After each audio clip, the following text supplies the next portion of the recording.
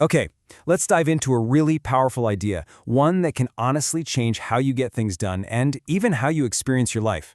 We're going to talk about reclaiming your focus, and it all kicks off with a super simple metaphor, the flashlight. So just for a second, really picture this. You're standing in a pitch black room, total darkness, and the only thing you've got is this one flashlight in your hand. Now the room is filled with stuff, but you can only see the one thing you point that beam of light at. And that flashlight, well, that's your attention. That's the whole idea right there. Whatever you point that mental flashlight at, that becomes your reality in that moment. It's what you experience, what you process, what you feel. Everything else just kind of fades away into the darkness. So, if it's our flashlight, why does it feel so hard to control? Why does it feel like someone else is always trying to grab it from us and point it wherever they want? And that brings us to the real struggle we all face every single day, the battle for our own focus. I mean, we've all been here, right? You pull out your phone to do one quick thing, just check one little email, and then you look up and somehow half an hour has completely evaporated. You went down some rabbit hole of notifications and feeds and videos. Your flashlight got totally hijacked. And this right here lays out the stakes. It's a huge deal. On the left, that's the result of a hijacked flashlight. Fragmented attention, it literally increases stress, weakens your memory. But on the right, that's the reward when you take back control. Deep focus leads to better creativity, deeper learning. You even get better at regulating your emotions. The choice seems pretty obvious when you see it laid out like this. But you know, this fight isn't exactly fair, because our digital world is literally built with a toolkit designed to grab our flashlight. Things like infinite scroll, those constant push notifications, autoplay videos, none of this is by accident. It's all engineered, very cleverly, to pull your focus away from what you wanted to do. But let's be super clear here. This is not some anti-technology rant.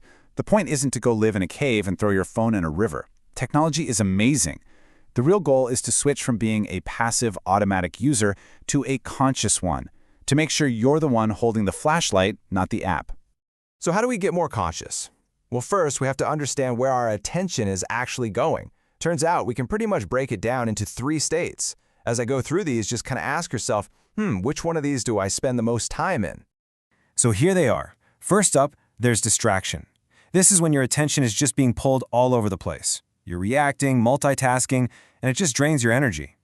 Then there's autopilot, for those routine habits like brushing your teeth. It's not bad, but you're not really growing. And then there's conscious focus. This is the good stuff. Deep work, being in the flow. And what's wild is that here, your energy actually expands. The goal isn't to be in conscious focus 24/7. That's impossible. It's just to be aware of which state you're in at any given moment. And this is where it gets really exciting. We're moving from just understanding the problem to actually building the solution. Because here's the best news of all. Focus isn't some fixed trait you either have or you don't. It's a mental muscle. And like any muscle, you can train it to be stronger. Now, a quick heads up. When you first start trying to focus, it's going to feel weird, maybe a little uncomfortable. Your brain is so used to that constant buzz of new information, it might get restless, bored, even a little irritated. That is 100% normal. It's like your first week back at the gym. That soreness just proves you're working the muscle. In fact, just noticing that urge to get distracted, that's the first real sign of progress. There's actually a perfect metaphor for this from ancient Greece. In the story of the Odyssey, the hero Odysseus had to sail his ship past the sirens. These creatures sang a song so beautiful, so enchanting that any sailor who heard it would immediately crash their ship on the rocks to get to them. Sound familiar? These are our modern-day push notifications. But here's the brilliant part of the story, and it's the most important lesson for us.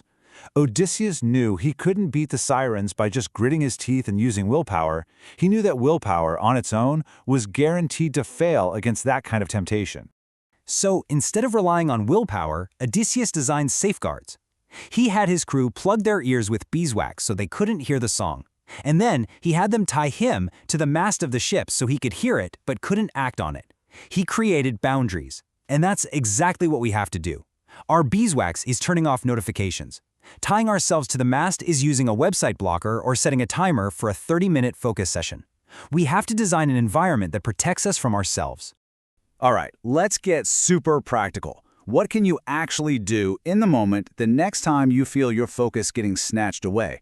Well, here's a simple but incredibly powerful protocol you can use anywhere, anytime. It's just 5 quick steps. First, just identify. What was it that just pulled you away? A sound? A thought? Second, pause. Don't do anything. Just take 3 slow, deep breaths. This breaks the autopilot cycle. Third, choose. Ask yourself, is this notification actually where I want my flashlight right now? Fourth, redirect. Name the one thing you were supposed to be doing and maybe close that extra tab. And finally, number 5, re-anchor. Your mind is going to wander again in like 30 seconds. And when it does, and it will, just gently bring it back. Don't beat yourself up. Every single time you gently bring it back, you're doing one more rep for your focus muscle. And this is why it all matters so much. Because at the end of the day, where your attention goes, Your energy follows. You can feel this, right? When your attention is scattered, your energy is scattered. When your attention is focused, your energy is focused. And wherever your energy follows consistently, well, that's where your habits start to form. Those little automatic loops that make up most of your day. And here's the final step. Because where your habits form, that's where your identity develops. Over time, you literally become what you pay attention to. So let's just end with this final thought, this really powerful reframe. Learning to control your focus isn't about restriction. It's not about living a boring, limited life. It is about direction. It's about consciously and intentionally deciding where you want to point your flashlight, and in doing so, deciding exactly what kind of life you want to build for yourself.